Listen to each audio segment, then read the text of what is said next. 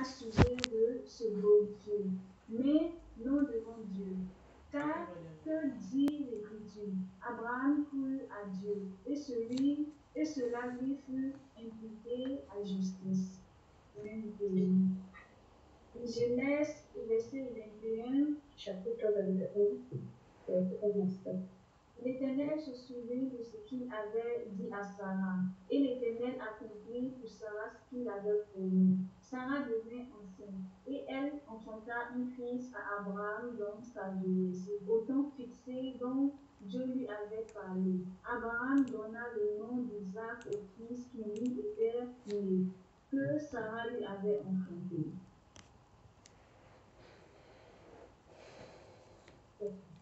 Que Sarah lui avait enfanté. Abraham circoncit son fils Isaac, âgé de 8 jours, comme Dieu le lui avait ordonné. Abraham était âgé de 100 ans à la naissance d'Isaac, son fils. Et Sarah, Amen.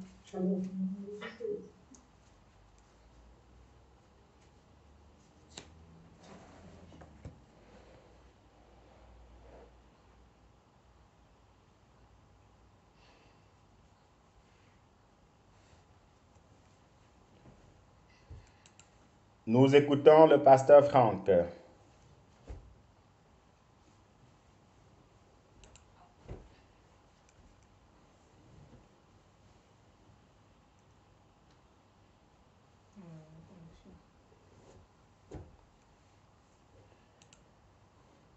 Amen. Apparemment, il y a un problème de connexion de leur côté. Si le frère Prosper peut les dévancer, puis on reviendra vers eux.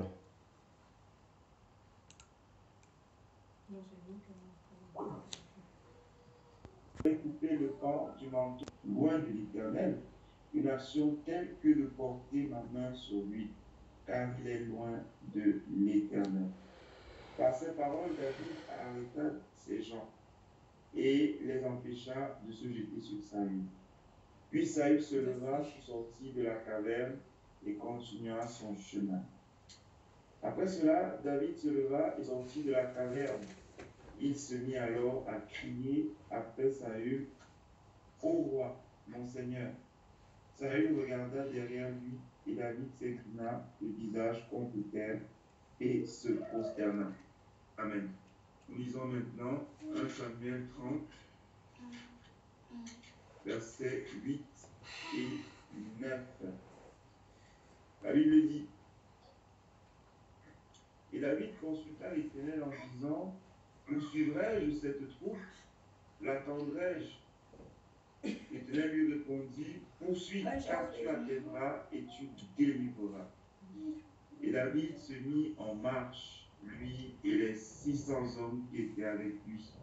Ils arrivèrent au torrent de Bésor, où s'arrêtèrent ceux qui restaient en arrière. Amen.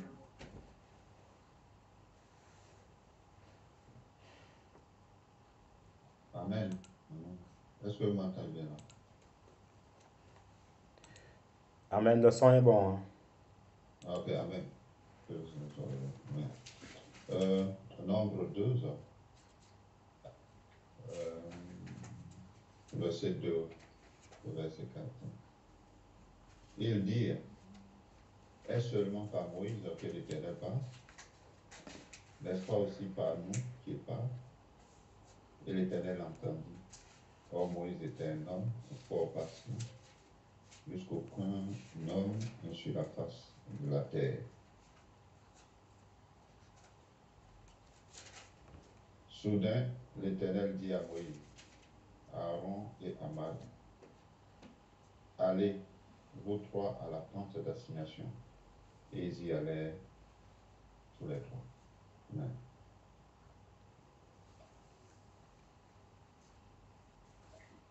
Amen.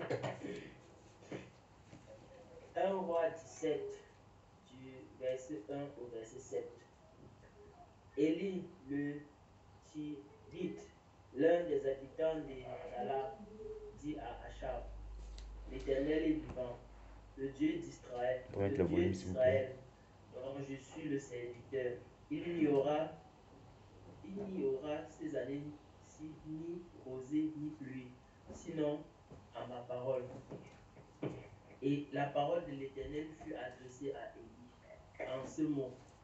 Pars, dirige-toi vers l'Orient et cache-toi près du torrent de Kérit, qui est en face du Jourdain. C'est pas grave. Tu boiras de l'eau du torrent, et j'ai ordonné au corbeau de te nourrir là.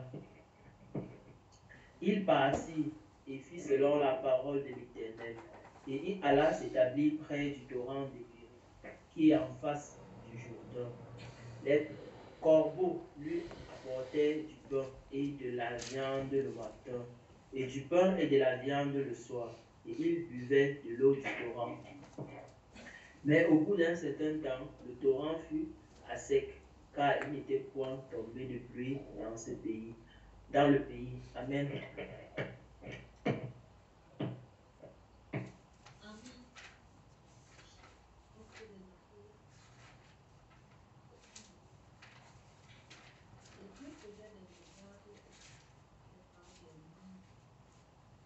On appliquait sur les malades des linges ou des métaux qui avaient touché son corps. Alors les maladies les quittaient et les esprits mauvais sortaient. Acte 9, verset 36 au verset 43. Il y avait à Jaffa une femme du nom de Tabitha, ce qui se traduit Dorcas. Elle faisait beaucoup d'œuvres bonnes et d'aumônes. Elle tomba malade un séjour-là et mourut. Après l'avoir lavée, on la déposa dans une chambre haute. Comme Lydda est près de Jaffa et que les disciples avaient appris que Pierre s'y trouvait, ils envoyèrent 2 hommes vers lui pour le supplier. Ne tarde pas à passer jusque chez nous. Pierre se leva et partit avec eux. Lorsqu'il fut arrivé, on le fit monter dans la chambre haute. Toutes les veuves s'approchèrent de lui en pleurant et lui montrèrent les tuniques et les manteaux que faisait Dorcas lorsqu'elle était avec elles. Pierre mit dehors tout le monde, s'agenouilla et pria. Puis il se tourna vers le corps et dit, Tabitha, lève-toi.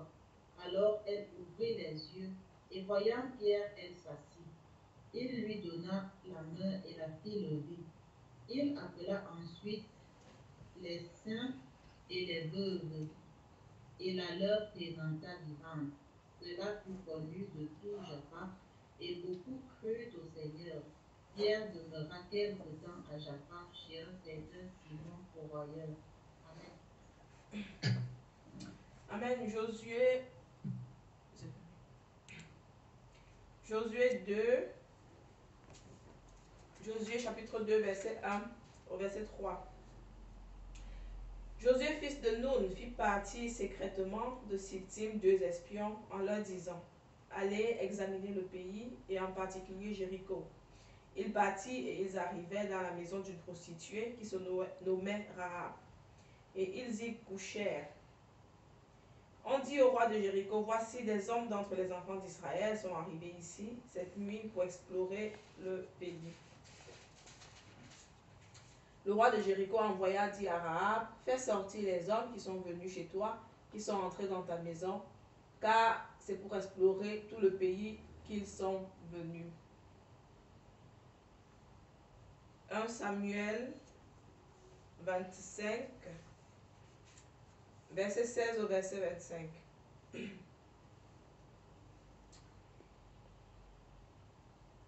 Ils nous ont nuit. Ils nous ont nuit et jour servi de muraille tout le temps que nous avons été avec eux, faisant paître les troupeaux. Sache maintenant et vois ce que tu as à faire, car la perte de notre maître et de toute sa maison est résolue. Et il est si méchant qu'on ose lui parler. Abigail prit aussitôt 200 pains, 2 outres de vin, 5 pièces de bétail à prêter, 5 mesures de grands rôtis, 100 masses de raisin et 200 de figues sèches. Elle les mit sur des ânes.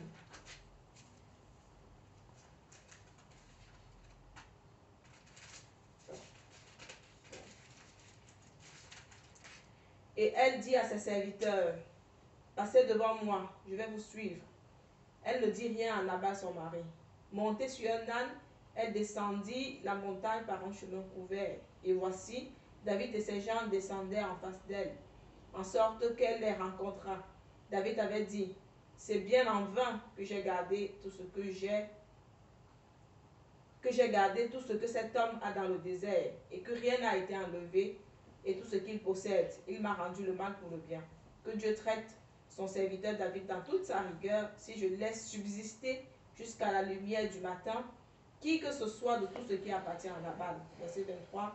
Lorsque Abigail aperçut David, elle descendit rapidement de l'âne, tomba sur sa face en présence de David et se prosterna contre terre. Puis, se jetant à ses pieds, elle dit, à moi la faute, mon Seigneur. Permets à ta servante de parler à tes oreilles et écoute les paroles de ta servante. Que mon Seigneur ne prenne pas garde à ce méchant homme, à Nabal, car il est comme son nom. Nabal est son nom, et il y a chez lui de la folie. Et moi, ta servante, je n'ai pas vu les gens que mon serviteur a envoyés. Amen. Amen. Que le Seigneur soit loué, que le Seigneur soit béni. Et merci beaucoup pour vos dispositions concernant la lecture biblique. Que le Seigneur vous bénisse abondamment. Donc, frères et sœurs, voici le thème de ce matin. Les hommes et les femmes d'exception. Les hommes et les femmes d'exception. Vous savez déjà, d'ailleurs ça va être une petite question que je vais poser à l'Assemblée. Celles qui ont les réponses peuvent ouvrir les micros directement. Qu'est-ce qu'on appelle, ou selon vous, qu'est-ce que ça veut dire un homme ou une femme d'exception? Qu'est-ce qu'on appelle un homme ou une femme d'exception? Donc l'Assemblée qui a la réponse peut ouvrir le micro directement. Amen. Vous avez la parole.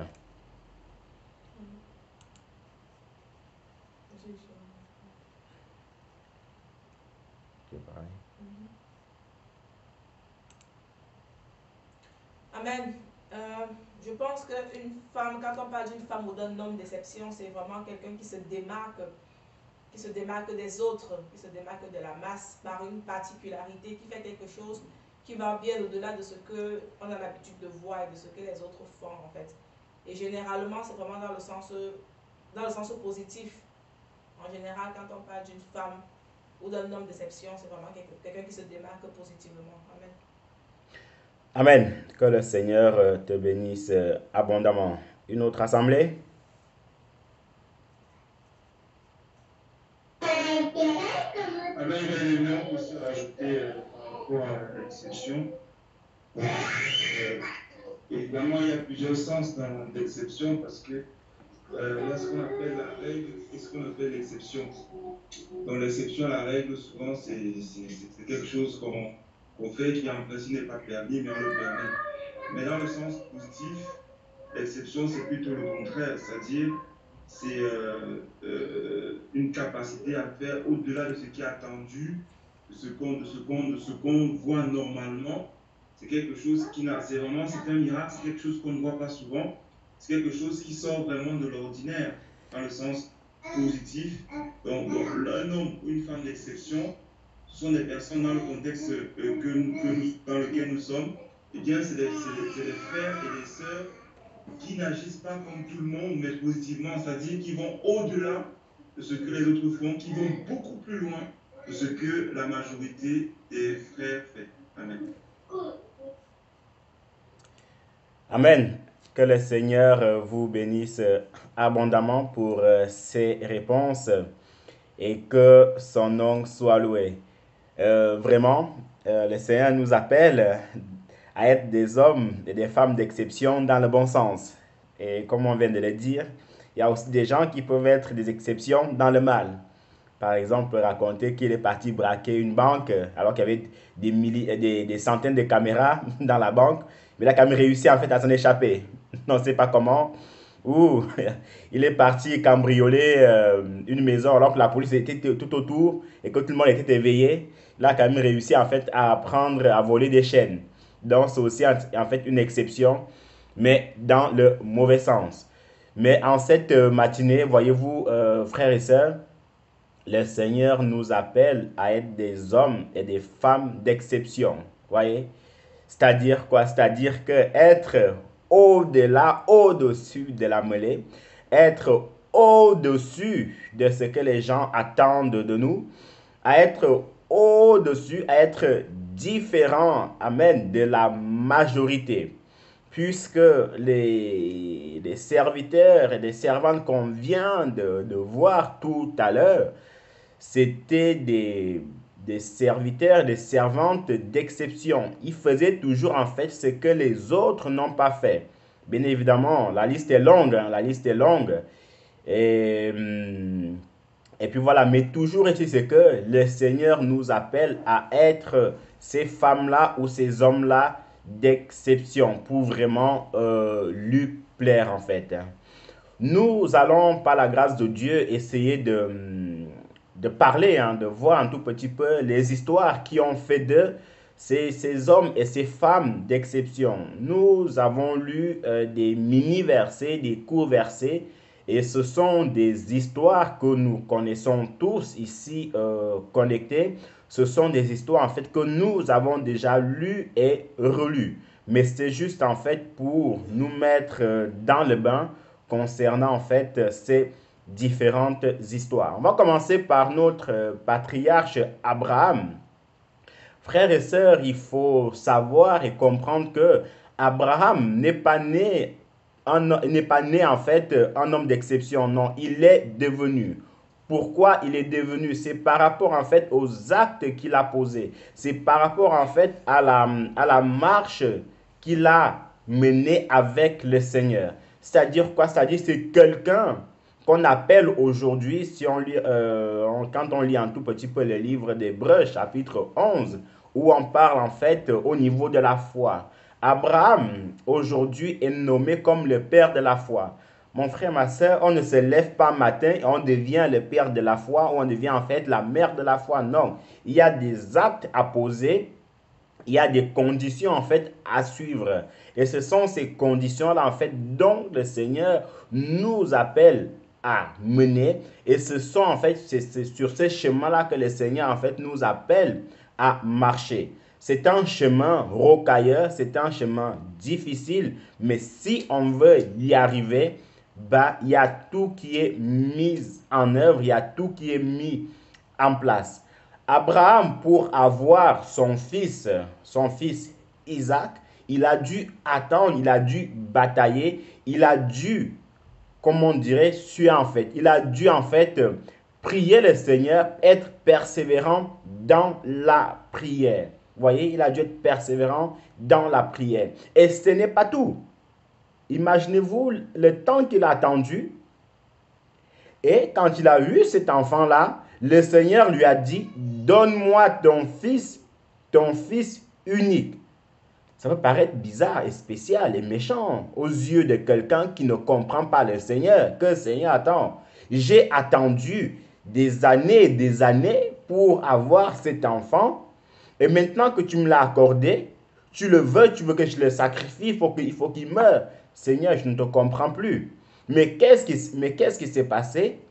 Ici, Abraham, par la grâce de Dieu, marchait avec le Seigneur. Et c'est pour ça, c'est un thème qu'on a déjà eu plusieurs fois. Comment comprendre et comment entendre la voix du Seigneur? Mon frère, ma soeur, excusez-moi, le Seigneur, lui, il est disponible pour nous parler. Le Seigneur, il est disposé pour nous parler, mais ce n'est pas tout le monde qui l'entend. Pourquoi? Parce que tout le monde a la capacité d'entendre la voix du Seigneur. Tout le monde a la capacité d'avoir une relation intime avec le Seigneur, mais ce n'est pas tout le monde qui entend la voix du Seigneur. Maintenant, qu'est-ce qu'il faut faire? Quels sont les actes en fait qu'il faut poser pour entendre la voix du Seigneur? C'est juste tout simple. Il faut nouer une relation de cœur à cœur avec le Seigneur. Il faut nouer une relation d'intimité avec le Seigneur. Dernièrement, il y avait une sœur, je parlais avec elle, elle avait pris un très très bel exemple en disant que, vous savez, quand vous avez noué une relation avec quelqu'un, même cette personne en fait vient auprès de nous, sonner chez nous, ou même nous appelle au téléphone, peu importe l'heure, rien que le moment qu'elle toque dans notre porte et qu'on demande c'est qui, dès qu'elle dit c'est moi, on va entendre directement sa voix. Pourquoi? Parce qu'on a l'habitude d'entendre sa voix. Parce qu'on a l'habitude d'être avec elle. Parce qu'on a l'habitude d'écouter sa voix. Donc, à peine elle dit que c'est nous, on sent déjà que non, c'est le frère tel. Non, c'est la sœur telle qui est devant ma porte. Mais si c'est un individu qu'on ne connaît pas du tout, on ne va pas reconnaître sa voix. Pourquoi? Parce que c'est un individu. Vous voyez? Et aujourd'hui, excusez-moi vraiment, il y a beaucoup de personnes, quand le Seigneur leur parle, ils n'entendent pas parce qu'ils n'ont pas noué cette relation avec le Seigneur. Quand on noue vraiment cette relation avec le Seigneur, on sait automatiquement que là, c'est le Seigneur qui nous parle. Là, ce n'est pas le Seigneur qui nous parle. Vous voyez? Donc, c'est vraiment en nouant cette relation-là. Et Abraham avait compris, voyez-vous frères et sœurs, que ici, là, c'est le Seigneur qui me parle. Ici, là, c'est le Seigneur qui veut mon enfant. Il n'a pas discuté. Pourquoi? Parce qu'il s'est dit, si j'ai attendu des années pour que le Seigneur me le donne, maintenant, s'il le veut, certainement, en fait, qu'il a un autre plan plus merveilleux avec moi. Certainement, en fait, qu'il va encore me bénir au-delà de la bénédiction. Et du coup, Abraham n'a pas discuté. Mais si c'était quelqu'un d'autre, il aurait dit, non, non, non, non, non, non, non, Seigneur, non, non, non, non, non, j'ai trop prié pour avoir cet enfant-là, j'ai trop gêné, maintenant si tu me le donnes, c'est bon. Si tu me l'as donné et que tu le veux encore, non, non, non, non, c'est bon, laisse-moi comme ça. Non. Abraham savait comment marcher avec le Seigneur. Abraham savait comment plaire au Seigneur. Vous voyez? Donc, et c'est ça qui a fait d'Abraham le père de la foi. Et le Seigneur ayant vu l'obéissance d'Abraham, le Seigneur ayant vu comment Abraham était attaché à lui, il a dit, ok, c'est bon, j'ai compris que maintenant tu me crains. Vous voyez? J'ai compris que maintenant tu me crains. C'était aussi en fait un test. D'où Abraham a été nommé le père de la foi. Donc, mon frère, ma soeur, en cette matinée, le Seigneur t'appelle aussi à être le père ou la mère de la foi des temps modernes, à supporter au-delà du support, à patienter, à être patient au-delà de la patience. Vous voyez un peu. Maintenant, nous allons pour le cas d'Enoch.